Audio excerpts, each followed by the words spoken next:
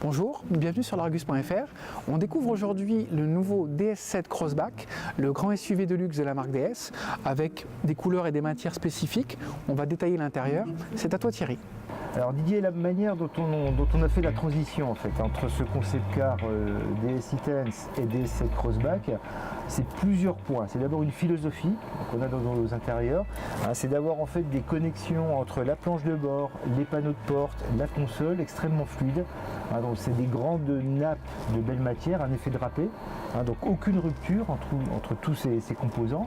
Un deuxième point très important, c'est la noblesse des matériaux qu'on va utiliser.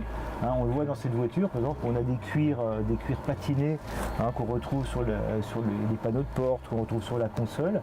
Là aussi, on va retrouver dans les différentes inspirations de DS7 Crossback ce traitement de cuir absolument fabuleux et propre à DS, donc cet aspect patiné. Et puis l'attention au détail, puisque sur chacune de nos DS, on pousse le sens du détail à l'extrême.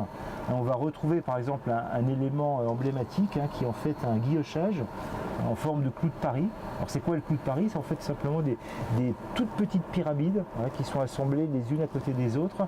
Et en fait c'est un motif de guillochage qu'on retrouve beaucoup dans la haute horlogerie, dans la joaillerie, et qu'on a introduit dans ce concept car, et qu'on retrouve également sur DS7 Crossback, à la fois sur la console, qu'on retrouve également sur certains éléments de la planche de bord, qui viennent juste souligner de manière très raffinée, très discrète et subtile les éléments techniques ou technologiques de la voiture.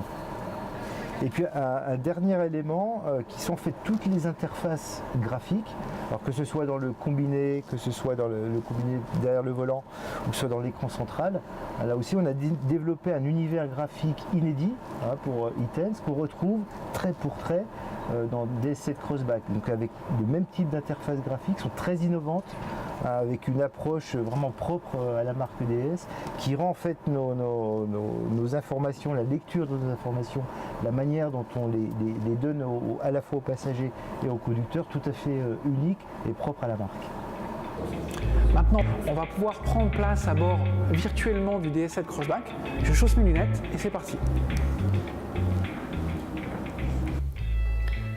Nous prenons place virtuellement à bord de la version La Première, c'est la version la plus haut de gamme, en référence à la première classe des avions Air France. Thierry effectivement ne nous a pas menti, parce que pour ce qui est de l'interface, c'est exactement la même chose que dans le concept car Intense, avec une forme de diamant et de pyramide au niveau de la dalle devant le conducteur et puis sur la console centrale.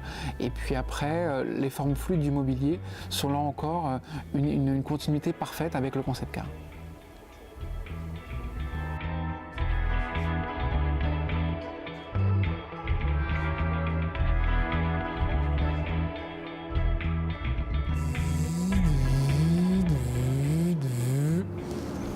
À bientôt sur l'Argus.fr.